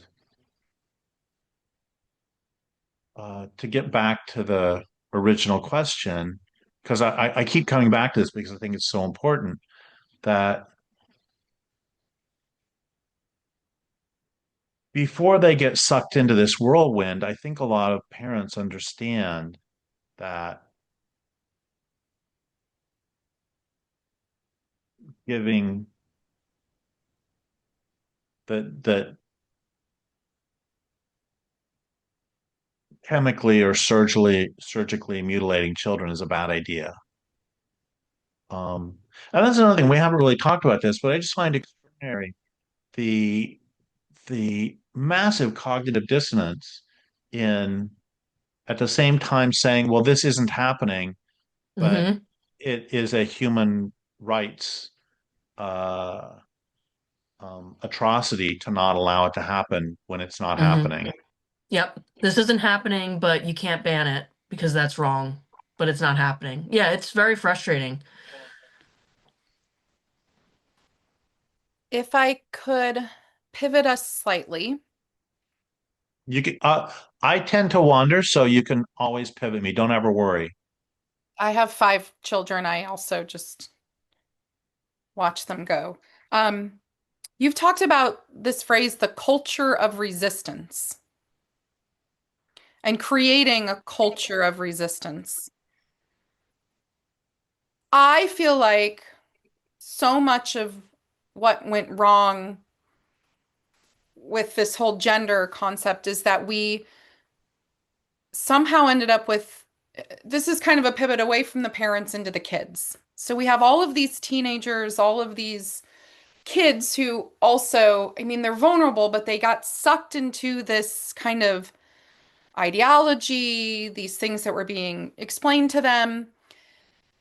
Did we change this generation, the teenagers? Like,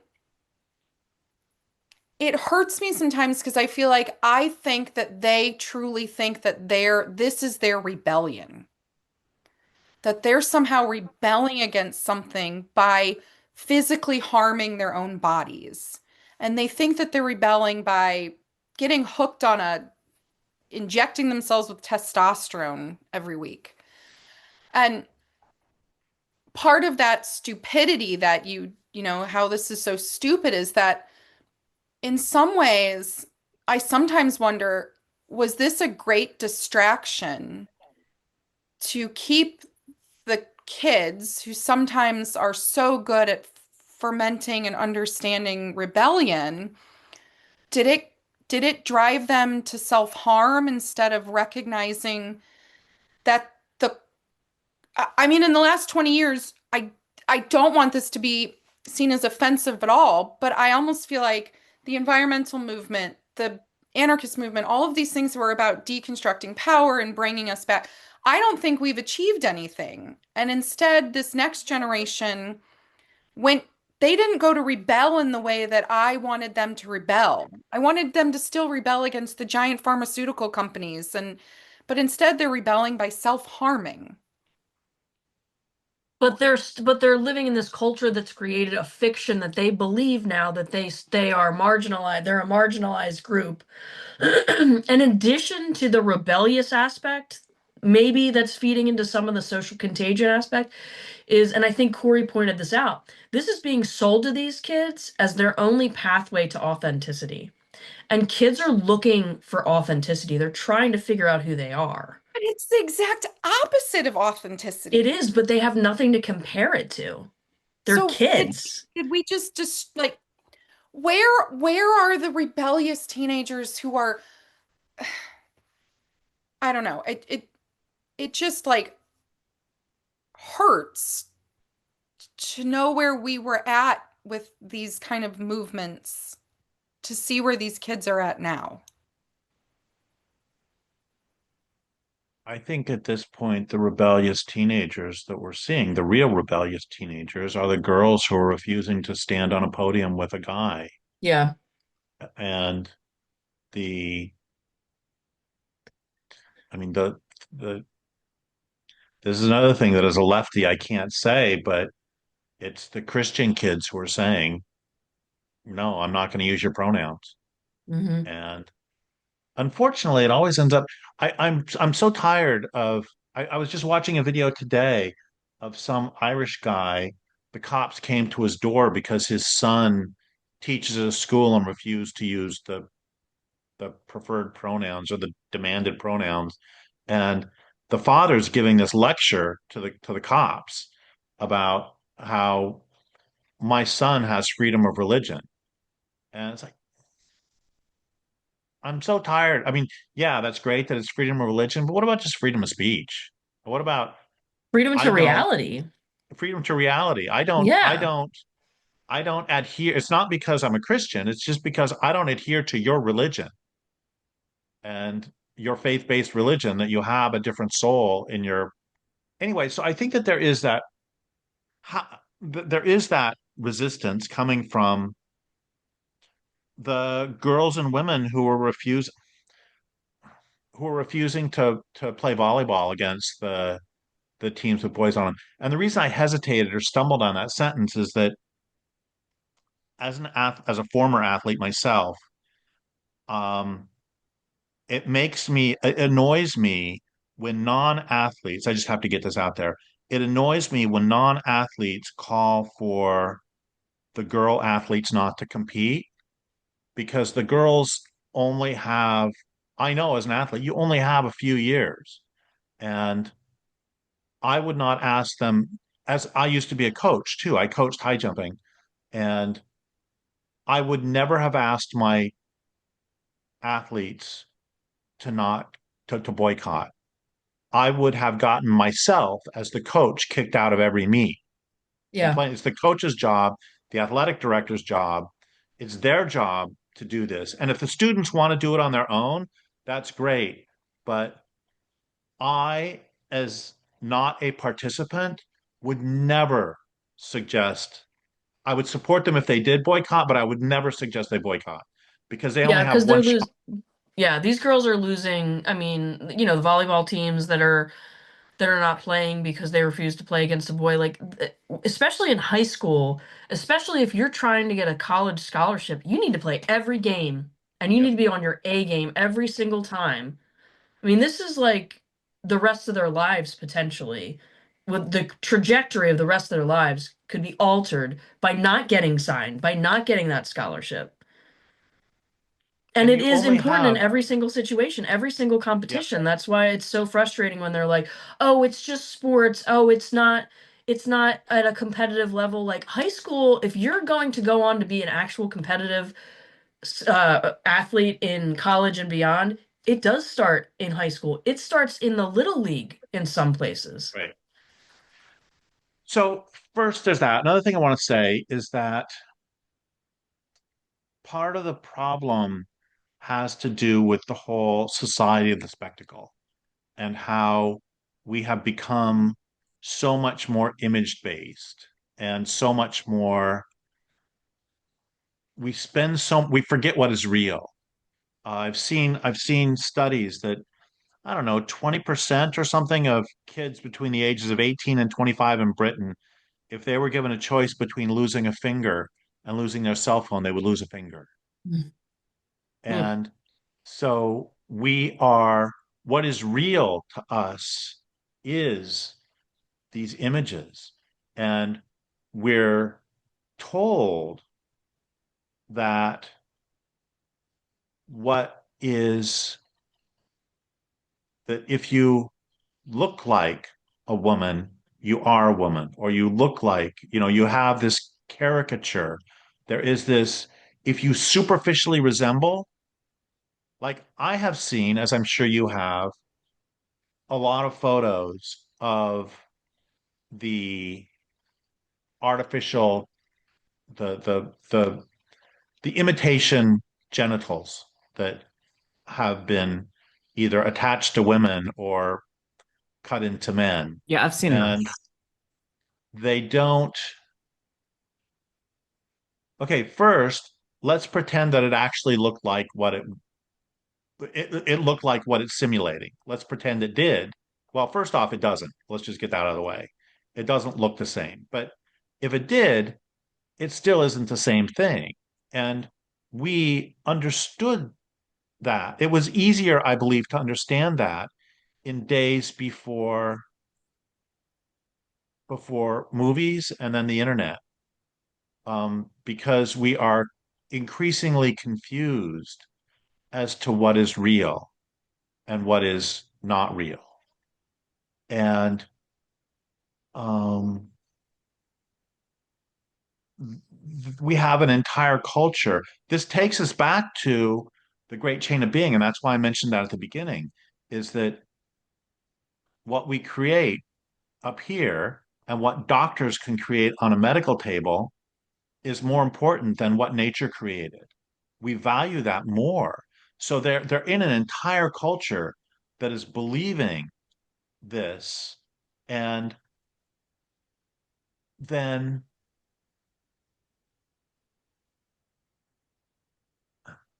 I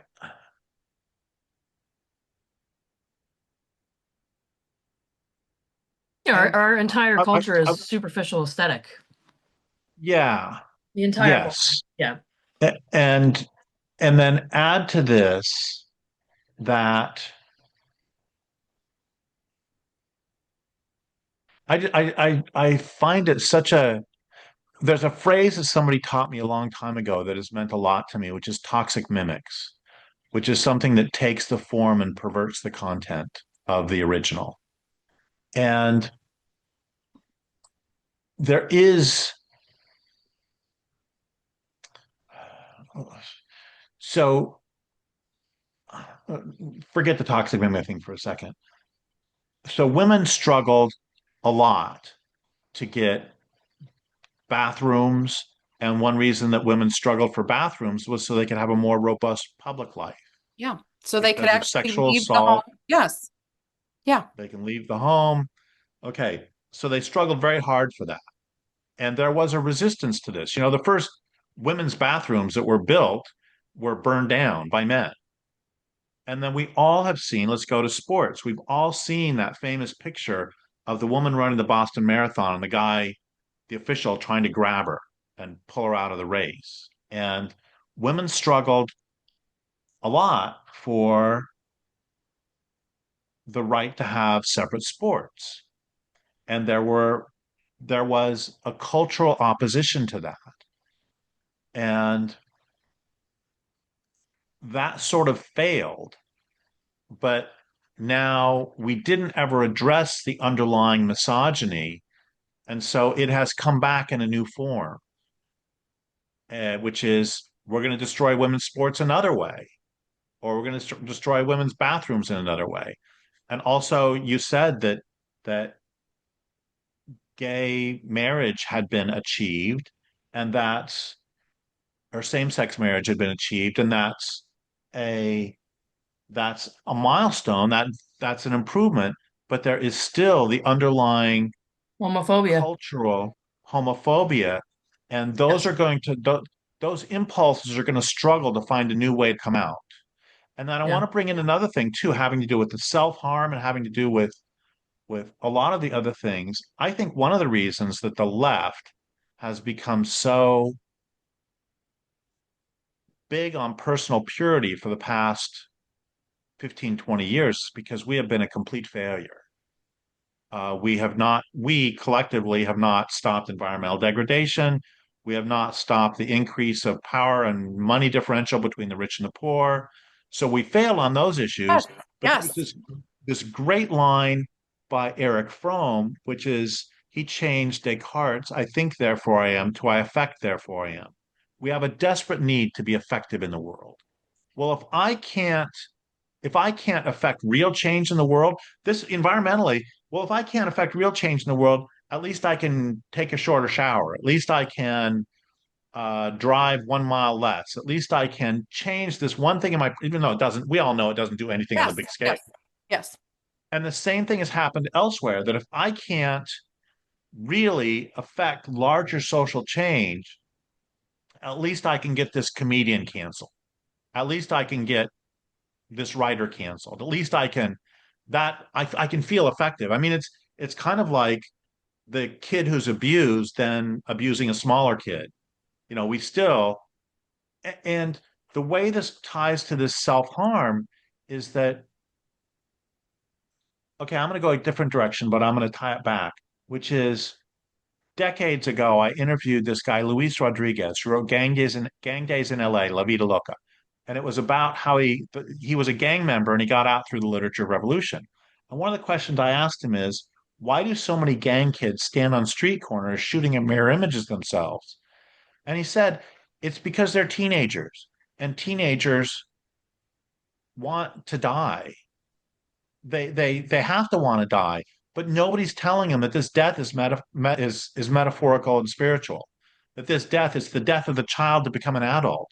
Hmm. There's this transformation that takes place, and they understand in their bodies that they have to die, but nobody's telling them, dude, this is a spiritual transformation. This is not physical death. And so they shoot at mirror images. They do. And it's the same thing here. We understand that we're living in this system that is entirely out of control. We're living in this system that teaches us to hate our bodies, that the body is meaningless, that the mind is everything. And I mean, everybody says this. I was not particularly uncomfortable during puberty, embarrassed, but not, oh my God. Like I remember this one guy, we're all taking a shower after gym, and I'll just say this, uh, women don't know this, but guys have random erections when they're 14, 15. And some guy got an erection in the shower just randomly. Poor guy. And he got teased for that for, you know, the rest of junior high and high school. And so it's there's awkward moments at the very least. And oh, I love this. Have you ever heard of St. Augustine? Well, of course you've heard of St. Augustine, but do you know how he talks about the unruly penis? Oh, this is great. This is one of his problems with this is how he this is one of the ways that he manifested sort of this body hatred is he was talking about the unruly penis because sometimes it goes to attention when you don't want it to, and sometimes it doesn't when you do. And it doesn't behave. And he said that the fact that the penis does not behave according to will is a lesson from the Bible of the disobedience of humans from God, that the penis itself was a manifestation of the body's corruption and disobedience. It's all of this body hatred just melded into two little words. And and so we get these kids who are in this of long tradition of body hatred, and then you combine this with the society of the spectacle, you combine this with this other form of body hatred of overwhelming pornography just flooding, and the whole sex posy thing where um it's all remarkable. It was remarkably black and white. It's that it's stunning to me the stupidity of this as well. That the argument is because at some point in the past, and at some point still in some places presently, homosexuality is considered sinful or harmful, and that's wrong. Therefore, all forms of sexuality must be acceptable.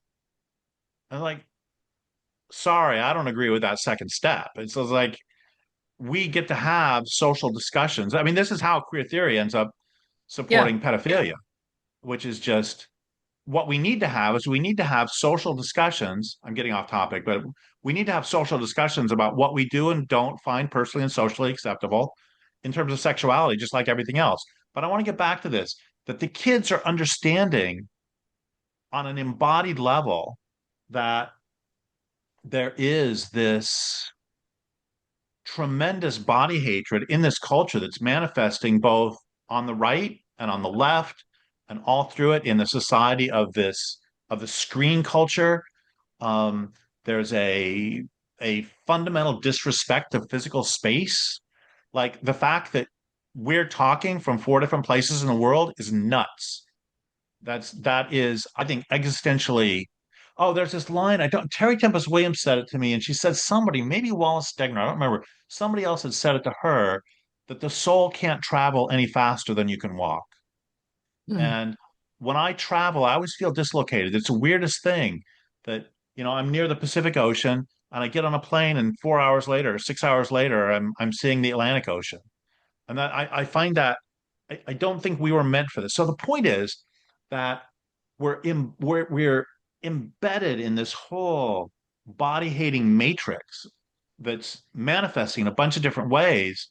And no wonder the kids want to cut themselves. No wonder the kids want to, because nobody is telling them, look, this culture does have this profound body hating. And it's And the the job of the profound body adults to hating, navigate. So go ahead. the profound body hating though is also, excuse me, it's sold to them as self-love. So even, you know what I mean? the especially when in terms of medicalization for gender distress, it's sold to them not only as self-love, but as the only option to be your authentic self. When you talk about porn and the sex positive culture that they're living in, they're being sold this bill of goods that it is a positive thing and an empowering thing to have multiple sex partners, do any kind of sex act that they see in porn. Like they're being sold the idea that this self-hate, this bodily self-hate that you're talking about is the actual opposite. So they are just completely upside down. They're not feeling good about themselves, but they can't even figure out why because they're being sold this lie that what is truly self-hatred is empowering and self-love. So everything has been completely turned upside down, and kids can't figure that out. It is our job as adults to guide them. It is our adults as when they're little children to reinforce what is reality. That's why at some point you have to tell kids that Santa doesn't exist. It's our jobs when they're adolescents to steer them through a course that will eventually put them on a course to adulthood. And we are failing them miserably, and we're letting them be raised by screens. Yes, thank you for that. I completely agree. Sorry, thank And you. no, no, no, don't apologize at all. It's great. And I want to add one more thing to it, which is I was just having a conversation with my sister the other day, uh, who was talking about, she was saying that somebody had asked her what her identification is. And she had said, well, I don't know. And we were talking about that, and she said, I don't really identify as a woman. I don't really identify as an engineer. And I said to her, that's great because neither woman nor engineer are identification. They're both real things. You have a degree in engineering, which means you are an engineer. I have a degree in physics, therefore I'm a physicist. I am not a working physicist, um, but it's not something I don't identify as a physicist. I actually have the degree. On the other hand, I don't have a degree in economics. So, there are and and identity doesn't really mean anything to me. It's just like all this talk of gender identity is just you are you are what you are. Exactly. And identity, I mean, I can identify as something, but it doesn't actually make it so. No, I It's can identify as a T-bone steak. It doesn't mean I am, but people don't realize, like kids especially, they think you can identify as a Therian or a bird or a fairy, and that makes you the thing. It's really and disconcerting, but it's fundamentally we are not grounded in reality anymore. yeah, and yes, and I'm sorry if I'm preaching to the choir here or saying something that if I'm mansplaining especially, but for a few years, I've seen the argument thrown out that, well, somebody can identify as, or somebody can be, what's the difference between gay and transgender? And I spent a few years trying to think my way through because I knew people were going to yell at me about it. And you can help me with this. Here's the best I've been able to come up with myself is that um, being homosexual has to do with attraction, and it has to do a with what there is a difference between an attraction one has and one's physical state of being. So I have, for example, known homosexuals who, because of homophobia, did not manifest. I mean, they told me I would rather be with a man, but society, and I'm thinking of some who ended up getting married to women. And that doesn't alter the fact that their preference is still for males. But that's different than being a male or being a female is a condition it's a physical state like being a mammal. And anyway, so I don't know. You can either do something with that or not. So, Derrick, I want to ask you a basically kind of probably my wrap-up question. Okay. So, I want to frame it up a little bit for you. I sometimes worry as a I don't know if, as a leader in this movement that we are going to see a parent sometime go shoot a surgeon who cut up their child, or go blow up a Planned Parenthood, or see somebody who is medically harmed go to what many people would see as an extreme reaction. And when we're talking about, this physical violence that's occurring on these people's bodies, um, do you ever do you feel like you, in the end, made the right decision to keep writing and not go blow up the dam?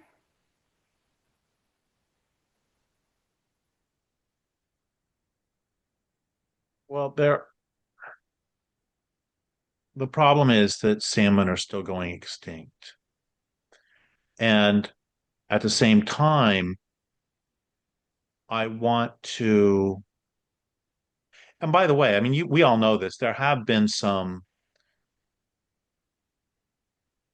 gender doctors, what do we call them? Um, who have Ghouls, been, what? ghouls. Yeah, who have been assaulted, but it hasn't been by gender critical people. Um, it's the two cases I know of for sure have been their patients, Hmm. and there may be others. And I I am someone who, I mean, in my books, I have attempted to wrestle with the question of with questions surrounding violence. I think that there are very important discussions to be had about it. And having one of the things I say about that is the same as about sex, is that I think we don't have intelligent discussions about what violence is or what violence we do and don't find socially acceptable. And for example, just as to make it easy, I think most of us, under most circumstances, would find it morally acceptable to do an act of violence to a carrot. Every time you eat a carrot, you're killing it. And I'm not making an absurd example. That is an act of violence to the carrot. And most of us find that acceptable. And most of us, under most circumstances, would not find it morally acceptable to do an act of violence to a human being. I would agree with that. And on the other hand, most of us find it morally acceptable to collectively kill the planet. And and I think we need to have discussions about what we personally and socially find. I mean, I think death penalty discussions are really important. At what point? I mean, and it's fine to disagree. I think it's perfectly acceptable that the state killed Ted Bundy. And I have people I respect who completely disagree with that. That's fine. I think we need to have those discussions. But having said all that, I find the assassination of people with whom we politically disagree to be abhorrent. Um, I uh, I disagreed with Charlie Kirk on many issues, not all, obviously, but many issues. And I was appalled at the celebration on the left. Yeah. Um, and they were saying, well, gosh, Derek, he was like Hitler. It's like, actually, no. I think that one could make the argument that assassinating Hitler in 1939 or 1938 would have prevented World War II. One could easily make that argument. And that's not that's not the same thing here. So I I would I can understand the horror at having one's child mutilated, and I would also argue that killing or assaulting the person, the actual doctor, uh, is not is in no way. It would be more analogous to killing Charlie Kirk than it would be to killing Hitler.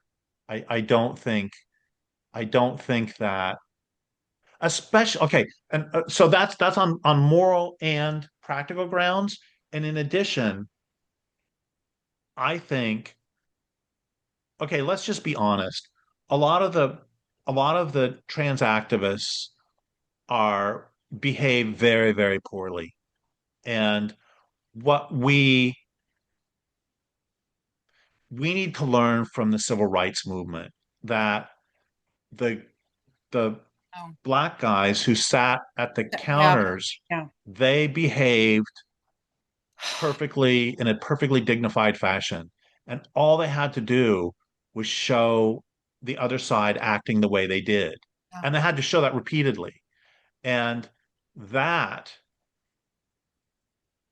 It's a I it's a heavy lift, but I it asks a lot of that, that it took so much. They trained, they practiced, they did they did mock preparation to be able to steel themselves to do that.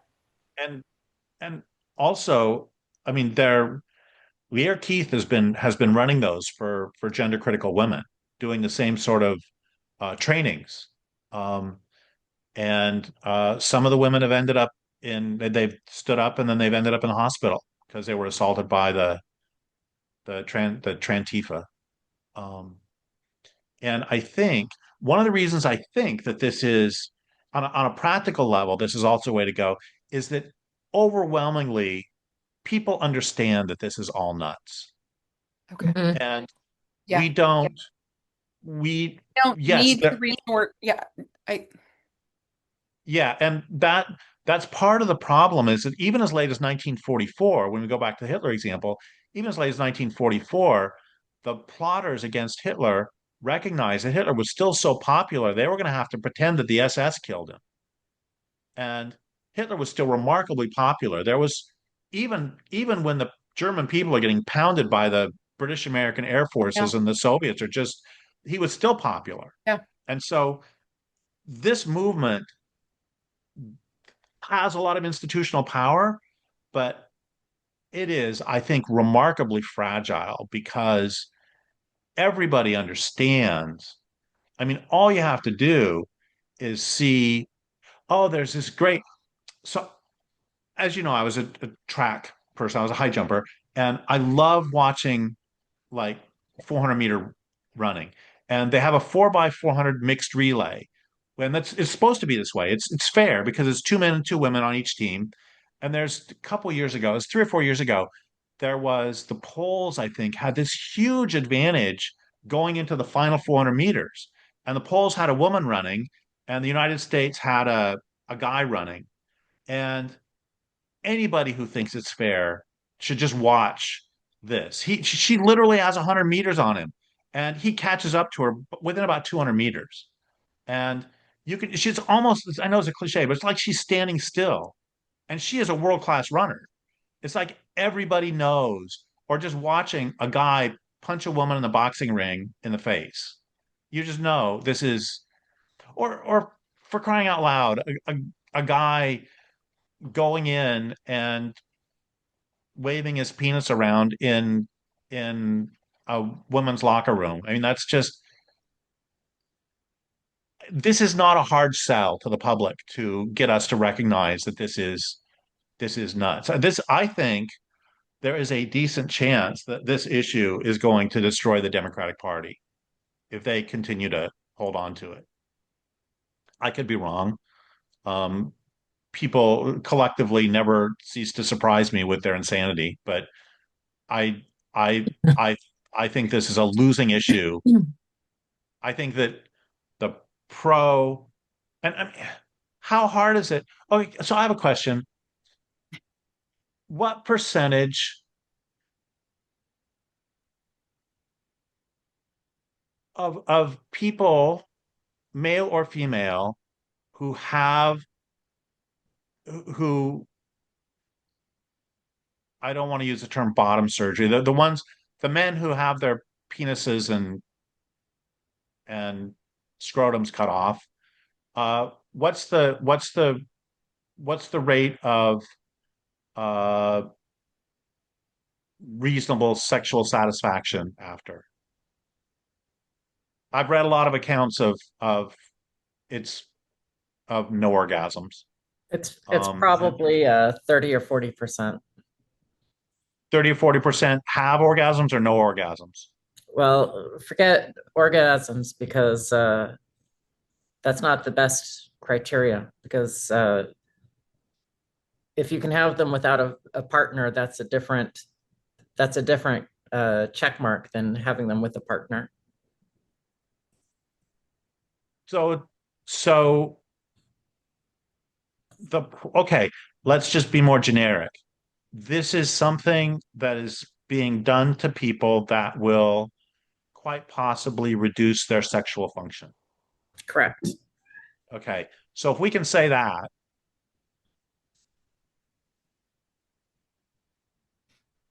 I Broadly, it does quite generally to the majority of people, to the majority of people.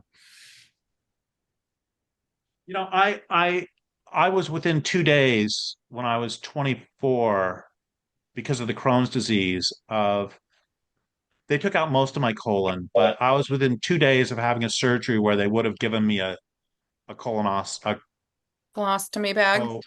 colostomy bag. Yep.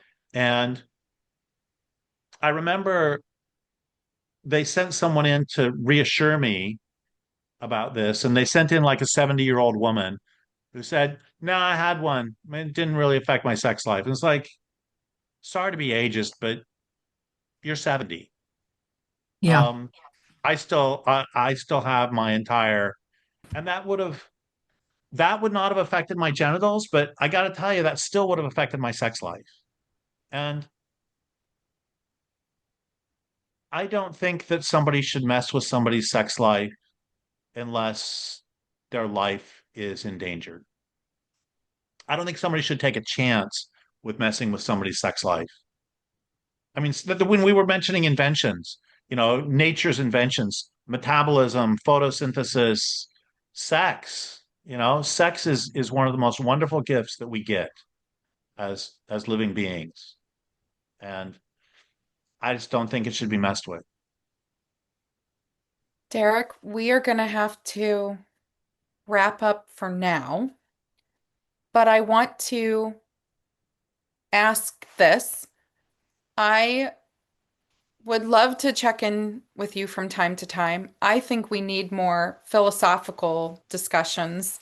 I think you and Lauren should potentially have some more philosophical discussions as well in the future. And I am so grateful that you took the time today, but I'm also just so grateful that you continue to be a voice in my own life that helps me to think about things in a way that brings a depth to it, but also just grounds it in hope and where I want things to be in the future. So I really appreciate you taking the time to talk with us today. Well, thank you for all your wonderful questions and for all your wonderful work. And I think there's a difference between the issues that I work on mainly and the issues that you work on mainly, all of you, in that I really think that your issues are winnable. I think environmentally, you know, that we're fighting a really tough battle. I think you're fighting a tough battle too, but I think yours is absolutely eminently winnable. I think we could see, I could be wrong, but I think And within 5 or 10 years, I think you could see a pretty much a victory. And I so hope that that is true because I want to be able to pivot back and bring us back to having the conversations around the cultural change that you have been discussing for decades. Well, thank you. And Corey, it seemed like you wanted to say something. You put your Corey's got hand to up wave and I goodbye. I oh, gotta I okay. gotta run. I, I'm Okay. I'm I'm turning into a pumpkin. Okay. It was wonderful to talk to you again. Yeah, it's great to talk with you too. Yeah, this was And great. yeah, we can we can do more interviews whenever you want. Um, and like we said, I need to interview you too. And yeah, we'll arrange that. Perfect. Okay. Okay. As we close today, I reflect on the conversations that took us from new federal passport identification, the rules and how they're changing, all the way to these big questions about how we get out of this cultural quagmire. We also discussed how we might move forward in restoring reality, responsibility, and protection. I want to give a huge shout out and thank you to Derrick Jensen for joining us for such a thoughtful, challenging discussion. We hope that you will follow his work. I also want to express our deep gratitude to Leanne Owen and to the entire LGB Courage Coalition writing and volunteer teams. None of this work happens without you.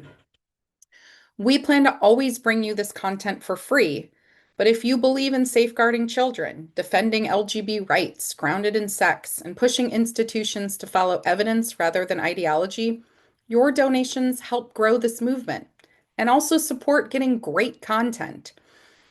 We don't have mugs yet, but hopefully we'll have some for you in the future.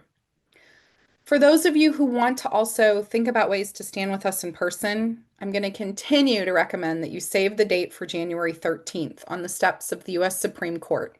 You can join the LGB Courage Coalition in Washington, D.C., as we stand together for fairness in girls' sports and the integrity of sex-based law. As always, stay well informed and ready to dissent.